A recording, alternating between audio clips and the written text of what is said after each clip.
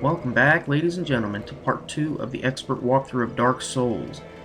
Last time we left off with our escape from the Undead Asylum, and I'm going to start this one off by exploring Firelink Shrine, finding the various items scattered throughout, and talking to the different NPCs that you will find in this particular location of the game, being our only safe zone. I'm going to start with the Crestfallen Warrior over here. Well, what do we have here? You must be a new arrival. Let me guess, fate of the undead, right? Well, you're not the first, but there's no salvation here. You'd have done better to rot in the undead asylum. But too late now. Well, since you're here, let me help you out.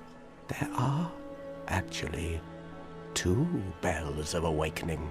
One's up above in the Undead Church. The other is far, far below, in the ruins at the base of Blight Town. Ring them both, and something happens. Brilliant, right?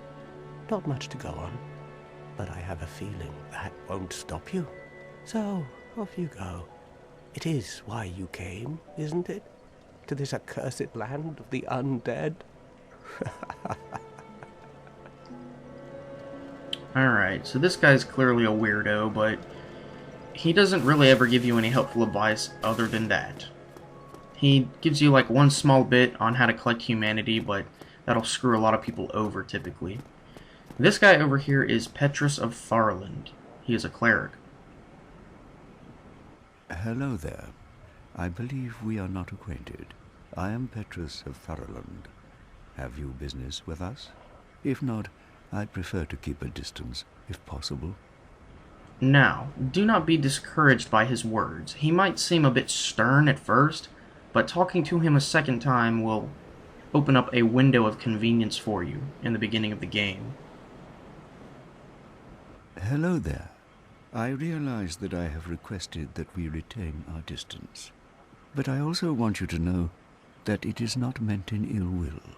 Here, take this, as a token of peace. No, go ahead. It's for you. You see, he's not a bad guy at all. He gives you the copper coin for talking to him a second time, and it has no use right now, but it will later, I promise. Talking to him a third time allows you access to miracles in the beginning of the game, which is very good. Oh my, you again. Oh, I know. How about this? I have to await my companions here anyway. So what if I were to teach you some miracles? Would that please you? You can tell him no and he'll give you a little to each their own speech, but, I mean, telling him yes is obviously the way to go. Very well. Then first, a covenant with the gods. Now, it should be noted that only in the beginning of the game do you have to join his covenant in order to learn miracles from him. You can tell him no, and he'll say, well, then I can't give you miracles, but later in the game, you'll see that you don't actually have to join this covenant to learn miracles. Only in the beginning do you have to do so. So I'm going to join this covenant because I do want miracles really early in the game.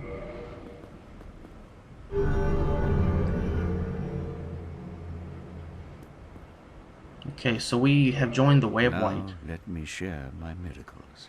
Only their ultimate effectiveness will be determined by your efforts and your faith. So, you can learn one of your first gestures from him, the shrug. And we already joined his covenant, so the only thing left to do is go through the miracles. The only miracle I am interested in right now is the heal miracle, but he does sell a lot of interesting ones. The homeward one is useful, it takes you back to the bonfire. Force is very fun to play with.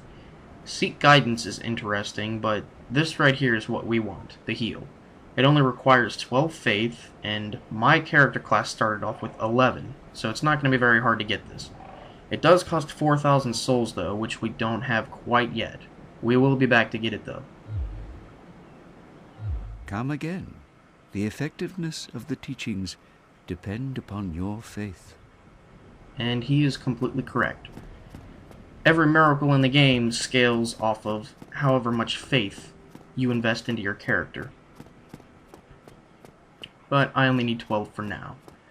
This little hallway right here contains 6 fire bombs, which will all be very useful. And I know there's a lot of different directions you can go here, but I promise you cannot get lost in Firelink Shrine. It is literally impossible. And all the way up these stairs, there should be one more soul item. Here it is. Okay. And this is a small area that a lot of people miss in the beginning of the game. It looks like a pretty dark descent, but because I raised my brightness, you can clearly see a surface to drop down onto. It's harmless. And running down this hallway, look, there's treasure. There should be 4 chests down here. First one containing 6 homered bones. The homered bone is self-explanatory. It returns you to the last bonfire. Very, very useful item. This second chest contains a morning star and a talisman, I believe. Yep. Would you look at that?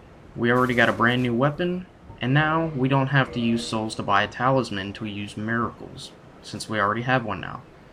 The morning star is a very unique weapon. It has the same attack style as the club, it's just a little bit weaker. It doesn't scale as well, but it has 300 bleed effect, meaning if you can successfully hit an enemy more than once, it will activate another 30% of their health. And the talisman is what we're going to use to cast the heal miracle once we get it. Over here there are Crept Red Eye Orbs, which is an online play item. It is an item used to invade. PvP is typically a lot easier if you're just on the host side, like when someone invades you, but invading can still be fun if you're a jerk. And this is the Lloyd's Talisman. The Lloyd's Talisman prevents people from using the Estus Flask. If you pelt someone with this, they won't be able to heal. It is a dick move, but it's very useful.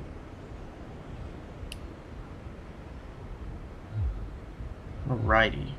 Now, the only problem right here is getting back down. This is the only way to go if you want to get back down to Firelink Shrine after getting these items. Those piles of bones down there, they're not just piles of bones. They turn into skeletons. Mean skeletons that will attack you. So the way to get down here without receiving fall damage is to hit this first cliff and then to roll down. If you just stumble down and slide down the ledge, you'll take a small amount of fall damage. But that little tiny bit of fall damage is all it's going to take for a skeleton to like 2-shot you, and then you'll be mad. So let's run back to our safe zone.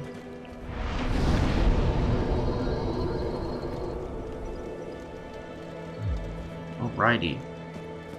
And as I explained before, running to the bonfire does send all enemies back to their posts. So all the skeletons have officially turned back into piles of bones. Now there's one more soul item right over here, and then we have one more to grab after we're done getting chased by skeletons. Now there are 2 more items over here that I am interested in. There's one down here, and you can see a bloodstain next to it, meaning people have obviously died trying to get that item. It's no joke, especially at this level. And the other item I want is plain in sight down there. So the way to go about doing this is to roll off on this cliff right about here. Just grab the item and run. You run past these 2 skeletons while they're still forming, you grab the other soul item, and run to the left of the skeletons. If you run to the left like that, they have to turn around and target you and stuff, and you have less chance of getting hit. And if you run around this little corridor right here, there should be another soul item right at the end. And run back to the safe zone.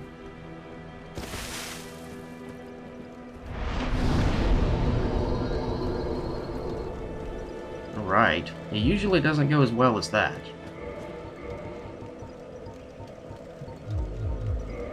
Okay, we are definitely banking on soul items right now. And I know these little small soul items, they may not seem worth it right now, but in all honesty, they are very worth it right now. You might be thinking, oh my goodness, that's just an extra 200 souls. Why would you go running past skeletons and risk losing all your stuff just for 200 souls? Well, there's an exact science the way this game was designed, and I follow it. There's one more important NPC down here, which is the Firekeeper. She does not speak.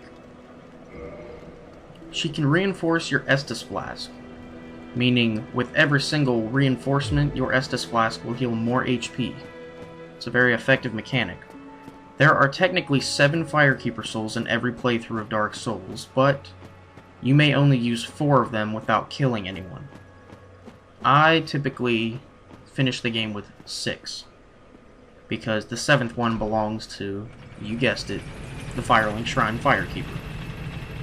And if you use hers, there's no one to reinforce your Estus Flask. So down here is going to be the last place that I go fool around for items, and then we can actually proceed into the game and make some progress. There's one more soul item over here.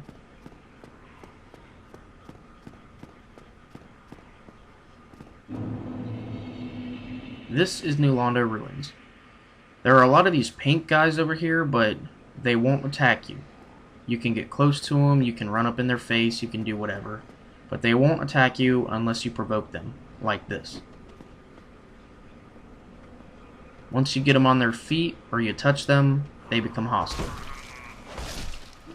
But as you can see, they're just as easy as the other guys. Now, right down here around this corner, you will find your first blacksmith in the game. He's in an odd location. Well, this is unusual. You haven't lost your head. And more importantly, you're free. How on earth? Well, I shouldn't pry.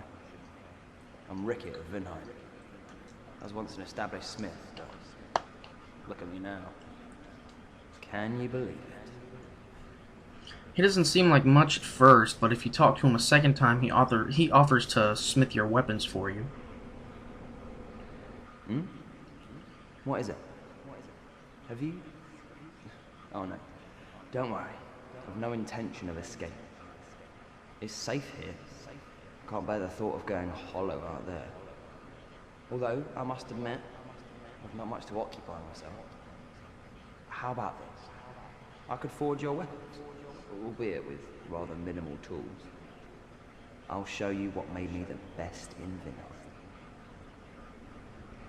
Alrighty, so he can modify your equipment, but we do not have the means to do so right now. And he can also reinforce your weapons and make them stronger, but again, we don't have the means to do so. And he can repair your stuff, which, as you can see, it takes minimal souls to do so, right now anyway. And you can buy 2 different sorceries from him. They are both projectiles.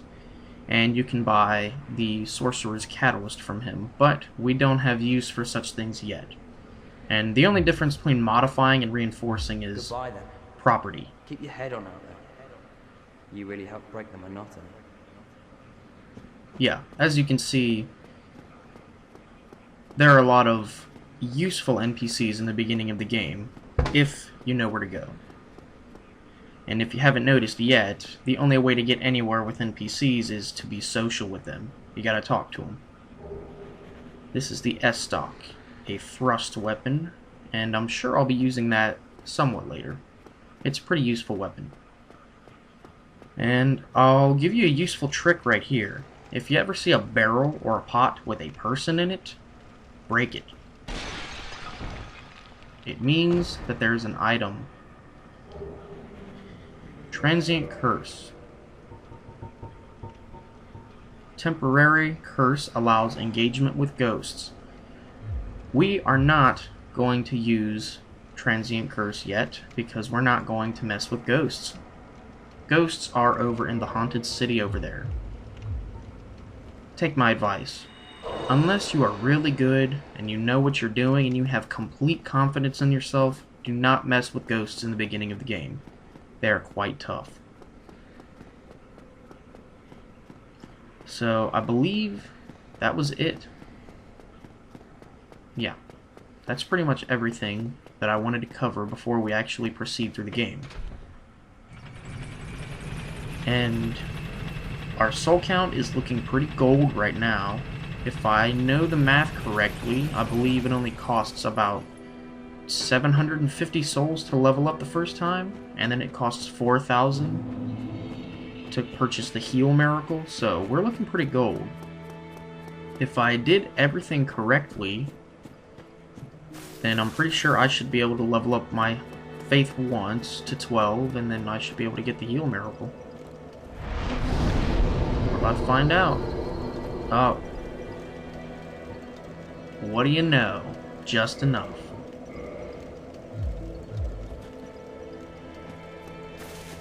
Like I said, there's an exact science to this game. See why it was worth it to pick up all those little soul items? Oh, Alright, now we can get the heal miracle. Look at that. Perfect. come again. So now, we officially got everything we wanted, and all we have is 3 souls, and no humanity, so if we die, it is no big deal.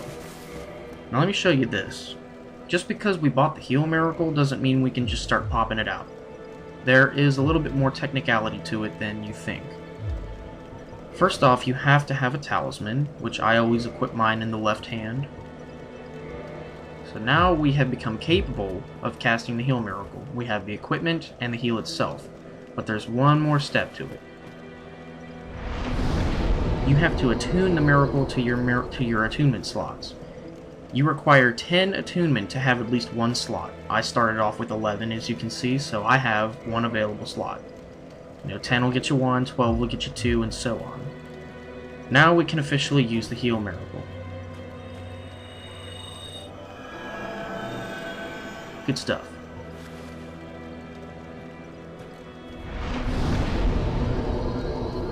Alright. And yes, resting at bonfires completely replenishes all miracles. Now we are actually ready to start the game.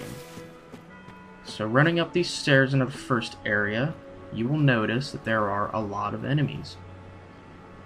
And they're all over the place, going all the way up to the entrance of the Undead Burg. So first thing you want to do is lock onto this guy and pull him.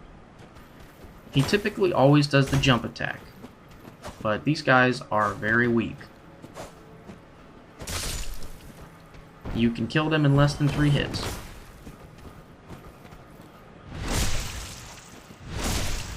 It's usually 1 hit if it's a critical.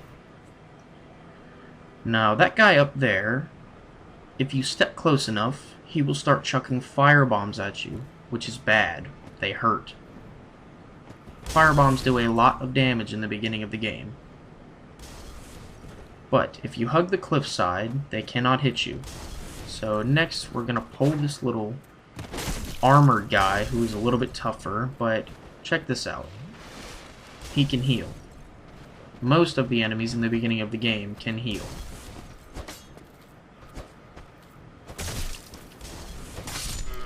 With a couple more swings, he goes down. Now I know what you're thinking. You want to run over and grab that item. But let's be senseful here. If you go grab that item, you'll get pelted with a firebomb, and you'll go over the edge. So run past the firebombs, get this guy's attention, get him out of the way, and typically that will pull the firebomb guy. Sometimes he'll stay over on the other side of the steps, but that doesn't matter because you can run over and kill him there too. There's one more guy waiting at the top of the steps here. You gotta be careful with this guy. The lock-on system in this game will get you killed. Sometimes he likes to jump at you, and that might make you go over the edge, so you definitely want to be careful. And watch this crack right here. Stepping on it the wrong way, you'll fall off the edge. And another soul item. So you must be wondering right now how to get that item way over there on the bridge. Well, you do it just like this. Get a running start, and jump. But that's not the dangerous part. This is the dangerous part. The only way to get over here safely is to hug the side of the pillars. It almost looks like you're basically running on nothing. That's how close you have to be. And you get a ring of sacrifice from this corpse. Lose nothing upon death, but ring breaks. I don't recommend equipping this ring as soon as you get it, because it'd be a waste. The ring of sacrifice is useful in the sense that it allows you to lose nothing if you know that death is imminent. Like there's like one boss fight in this game where you have to die. It's inevitable. It's useful there. And say you're running back to the souls that you already lost upon death, and you get invaded or something, and you know you're gonna die, it's useful then too. That's a good way to save your souls. Another soul item. Now right here is where you want to take advantage of the game's mechanics. This rat is in a very tight spot, meaning if you try to use typical attacks like, you know, horizontal swings like that, you're probably going to bounce off the walls. Observe. Normal attacks will have you bouncing, and the rat will combo you, poison you, and most likely kill you. So lock on and do your vertical attack.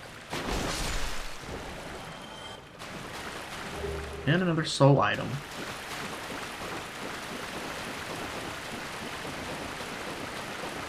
At the very end of this hallway, there is a cage door that does not open from this side.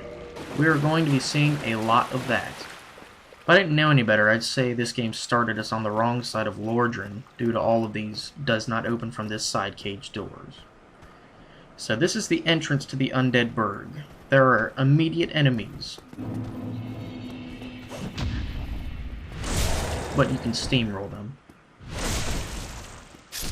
These guys are no tougher than the ones right in front of Firelink Shrine.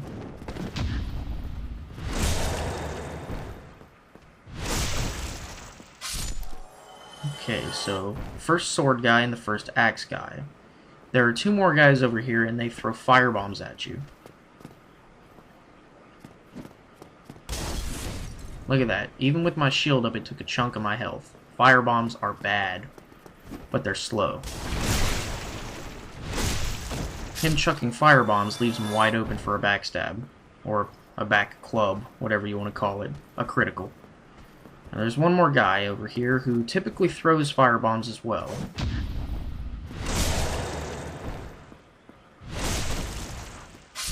And they drop firebombs, but this room is misleading. There's nothing in here.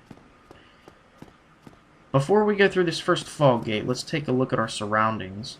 Clearly there's an item down there.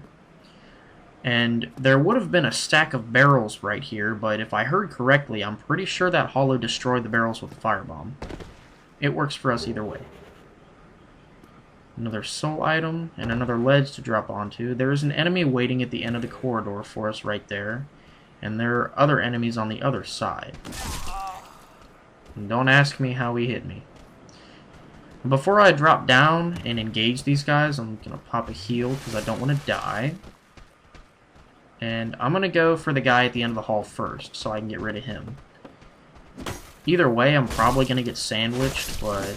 oh, I just barely missed that.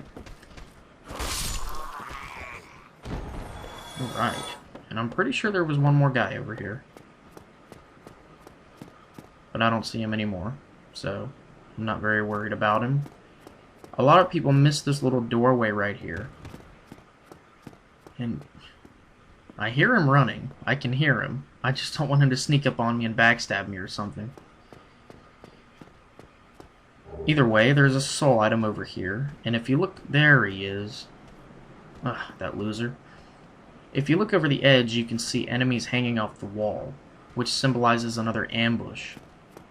Attention to detail is definitely the way to go in this game.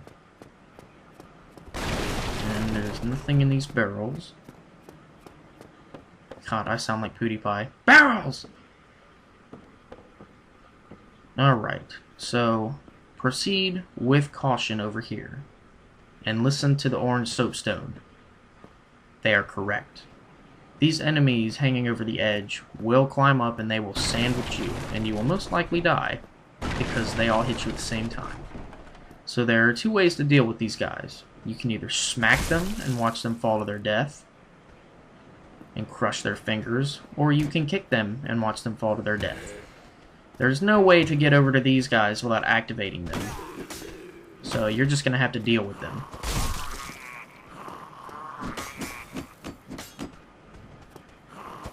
With well-timed hits, you can take them down without losing any health, unless your shield sucks like mine.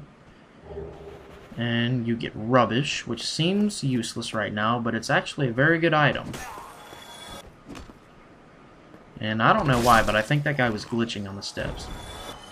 Yeah, the rubbish, it is what it is. It's rubbish. You can't actually use the item, but it becomes quite valuable later, if you know what to do with it. And don't worry, I will show you guys. Down here there is a humanity, and that's it for this small secret area at the beginning of the Undead Burg. You can roll off that little hole in the ledge, and it takes us right back here. So let's go through the fall gate. Upon entering this room, you don't want to miss this little soul item. And I've got a pretty hefty amount. I think I'm just going to go ahead and pop these now. Oh, my delicious little soul count is going up. It's a wonderful sight.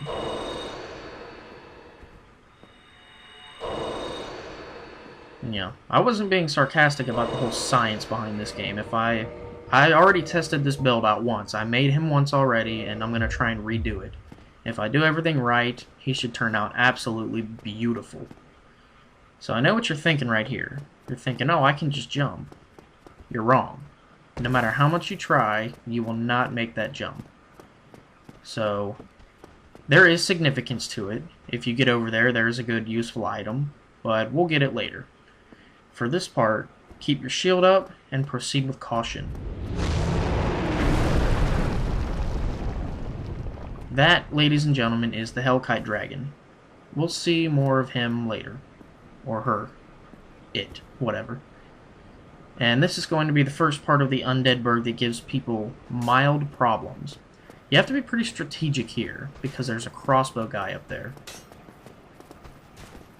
So you can tank these guys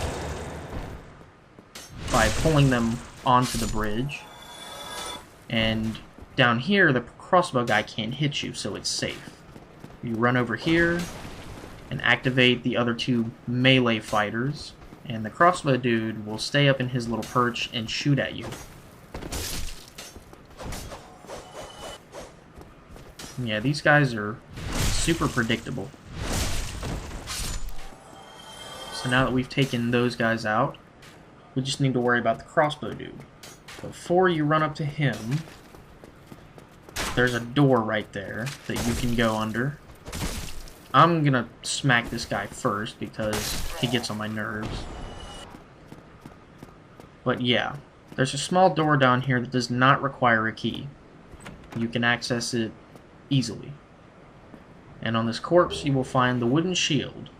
Now the wooden shield is good for us because our shield is absolutely pathetic. So if you read the stats, this is where you're going to know if you want the shield. While comparing your shield with this shield, here's the hint. If almost everything is blue, you've got a winner. You definitely want to equip the shield where everything is blue. Clearly we have more damage reduction and more stability, so it's the way to go. Now these guys over here with the spears are absolute jerks. I will show you the two most effective ways to deal with them, starting with the way that works 100% of the time. But I'll show you why they're jerks. When they raise their shield like that, it doesn't go down, not even when they attack. Meaning you can sit there and you can smack their shield all you want, it's not going to go down unless you break their guard. So here's basically the easiest way to deal with them. Circling around for a backstab will take you a year. It's not the most effective way to deal with them. What you want to do is you want to get close and kick their shield down. It leaves them open, and then you can punish them. Now I'm going to show you the least effective way that only works about half the time. See, he blocked the first one, but the second one was super effective. Alright, so now we have officially cleared all the enemies in the beginning of Undead Burg. And what do you know? We reached our first bonfire. So now we have a new checkpoint, so if we die, we will not go all the way back to Firelink Shrine. So I'm going to go ahead and rest at this bonfire, and in the next video, we will continue through Undead Burg. So thank you guys for watching, and I will see all of you at a later point in time. See ya.